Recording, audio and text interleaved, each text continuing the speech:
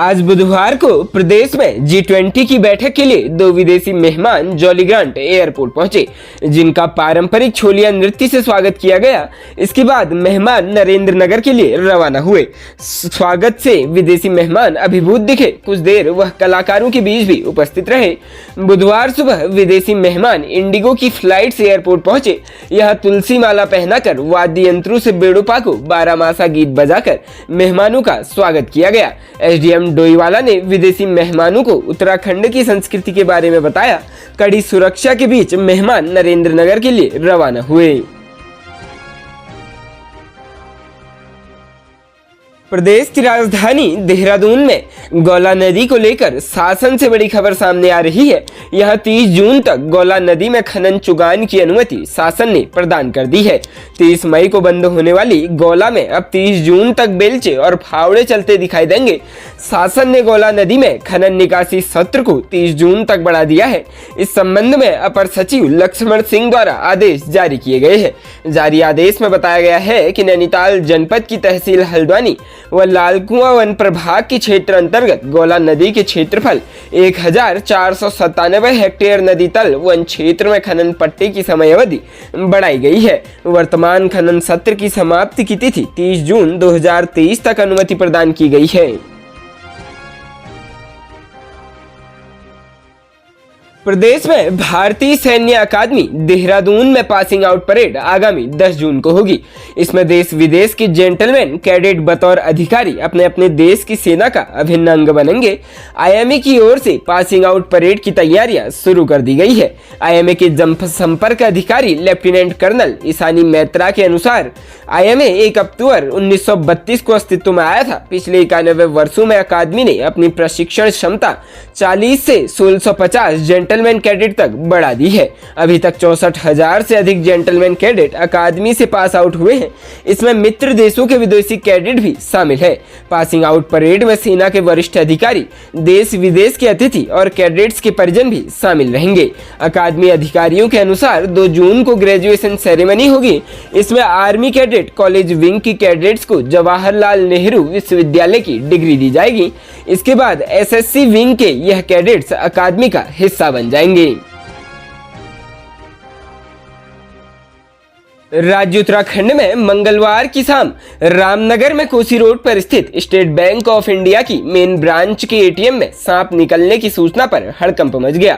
बता दें, एटीएम में तैनात सुरक्षा गार्ड नरेश डालाकोटी ने बताया कि कुछ लोग आज शाम एटीएम में कैश निकालने आए थे। जैसे ही एक व्यक्ति ने अपना एटीएम कार्ड मशीन में डाला, तभी मशीन के निचले हिस्से में उसे एक सांप दिखाई दिया, जिसके बाद यह व्यक्ति घबराकर एटीएम से बाहर आ गया और उसने इसकी सूचना गार्ड को दी। जानकारी मिलने के बाद मौके पर भगदड़ मच गई और स्टेट बैंक ब्रांच के अंदर मौजूद अधिकारियों व कर्मचारियों में भी हड़कंप मच गया। बड़ी सूचना मिलने पर save the snake and welfare society के अध्यक्ष एवं सर्प विशेषज्ञ चंद्रसेन कश्यप मौके पर पहुंचे और उन्होंने एटीएम के अंदर जब छानबीन शुरू करी तो एटीएम के अंदर भारी मात्रा में सांप के बच्चे बरामद हुए। कश्यप ने बताया कि कड़ी मशक्कत के बाद 10 सांप के बच्चे रेस्क्यू कर सुरक्षित पकड़ लिए गए, जबकि 2 सांप के बच्चे एटीएम से बाहर निकल गए। उन्होंने बताया कि पकड़े गए सांप के बच्चे काफी विषैले हैं। वहीं घटना के बाद बैंक के अधिकारियों ने किसी अनहोनी की घटना को मद्देनजर रखते हुए एटीएम को फिलहाल कुछ देर के लिए बंद कर ताला लगा दिया है। प्रदेश में स्थित 4 धामों में से एक विश्व प्रसिद्ध केदारनाथ धाम में सितारों के आने का सिलसिला लगातार जारी है। अभिनेता अक्षय कुमार के बाद अभिनेत्री कंगना रनौत बुधवार दोपहर बाद बाबा केदार के दर्शन के लिए केदारनाथ धाम पहुंची। इससे पहले कंगना हरिद्वार पहुंची थी, जहां वो गंगा आरती में लीन दिखी। इससे पहले सारा अली खान सहित साउथ की अभिनेत्री भी केदारनाथ धाम पहुंची थी। बॉलीवुड के मिस्टर खिलाड़ी भी हाल ही में केदारनाथ धाम के दर्शन के लिए पहुंचे थे। वहीं अब अभिनेत्री कंगना रनौत केदारनाथ धाम पहुंची। इस दौरान कंगना ने कहा कि बाबा के दर्शन से सनातन धर्म के प्रति और अधिक आस्था बढ़ी है। बोली कि सनातन धर्म का प्रचार प्रसार लक्ष्य मानकर करूंगी। राज्य उत्तराखंड के हल्द्वानी में आए तूफान ने तबाही मचा दी है। रात को पूरे जनपद भर में तूफान ने कई पेड़ उखाड़ दिए। वहीं देवल चौड़ में एक कार के ऊपर पेड़ गिरने से अधिवक्ता की मौके पर ही दर्दनाक जान चली गई। 70 किलोमीटर प्रति घंटे की रफ्तार से चली हवाओं से जहां तहां पेड़ उखड़ गए, वहीं बिजली टेलीफोन की लाइनें भी क्षतिग्रस्त हो गई। रामपुर रोड के पास मानपुर पश्चिम में चलती कार पर एक विशालकाय पेड़ गिर गया और कार चला रहे हाईकोर्ट के अधिवक्ता तनुज सेमवाल की मौके पर ही जान चली गई। वहीं 70 किलोमीटर प्रति घंटा की स्पीड से आई तूफान ने बिजली पोल और लाइनों को नुकसान पहुंचाया। कल यानी शाम तक मौसम ठीक ठाक रहा, लेकिन 11 बजे ऐसा भयंकर तूफान आया कि इसने सबको हिलाकर रख दिया। पहले धूल का जबरदस्त गुबार उड़ा और इसके बाद बारिश हुई और तेज हवा चलने लगी। तेज हवाओं से सैकड़ों पेड़ धराशायी हो गए। तूफान के कारण नैनीताल जनपद के हल्द्वानी, लालकुआं, भीमताल सहित जिले के अधिकतर जगहों पर बिजली आपूर्ति ठप हो गई।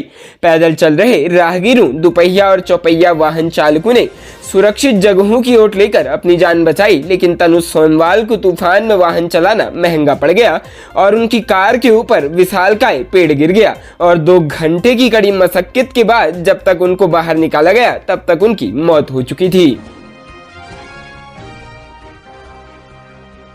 राज्य उत्तराखंड में समान नागरिक संहिता को लेकर आज बुधवार को देहरादून में जनसंवाद हुआ। इसके लिए समान नागरिक संहिता का परीक्षण एवं इसे लागू करने के लिए गठित विशेषज्ञ समिति का पूरा पैनल देहरादून में मौजूद रहा। सबसे पहले समिति राज्य के विभिन्न आयोगों के अध्यक्षों से चर्चा करी और उसके बाद जनता से संवाद हुआ। सुप्रीम कोर्ट की सेवानिवृत्त न्यायाधीश न्यायमूर्ति रंजना देसाई की अध्यक्षता में गठित विशेषज्ञ समिति 30 जून तक प्रदेश सरकार को अपनी ड्राफ्ट रिपोर्ट दे सकती है। मुख्यमंत्री पुष्कर सिंह धामी ने भी समिति से यह अपेक्षा की है।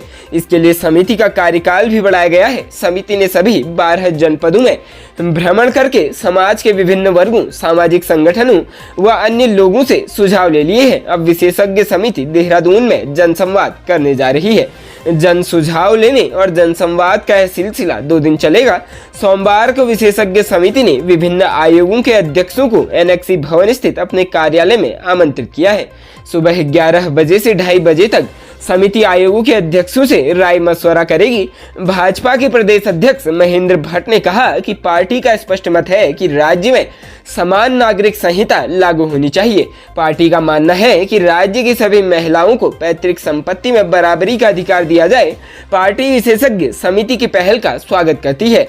राजनीतिक दलों के प्रतिनिधियों के सुझाव लिया जाना स्वस्थ लोकतंत्र की निशानी है। पार्टी विशेषज्ञ समिति के समक्ष अपनी बात रखेगी और विचार विमर्श करेगी। उत्तराखंड बोर्ड की हाई स्कूल और इंटरमीडिएट की परीक्षा का रिजल्ट कल बृहस्पतिवार 25 मई को जारी किया जाएगा। शिक्षा विभाग के अधिकारियों के मुताबिक रिजल्ट जारी करने की सभी तैयारियां पूरी कर ली गई है। इस बार प्रदेश में हाई स्कूल की परीक्षा में 1,32,000 और इंटरमीडिएट में 1,27,000 परीक्षार्थियों ने परीक्षा दी है। मूल्यांकन होने के बाद बोर्ड प्रशासन परीक्षाफल तैयार करने में जुटा हुआ था। 15 अप्रैल से 29 अप्रैल तक लगभग 15 लाख उत्तर पुस्तिकाओं का मूल्यांकन हुआ। प्रदेश में 15 लाख उत्तर पुस्तिकाओं को 4500 शिक्षकों ने प्रदेश भर के 29 मूल्यांकन केंद्रों पर जांचा। इस साल प्रदेश भर के 2,59,439 विद्यार्थियों ने बोर्ड परीक्षा दी थी, जिनको बेसब्री से परीक्षा फल का इंतजार है। उत्तराखंड में 16 मार्च से 10वीं एवं 12वीं की परीक्षाएं शुरू हुई, जो 6 अप्रैल तक चली थी।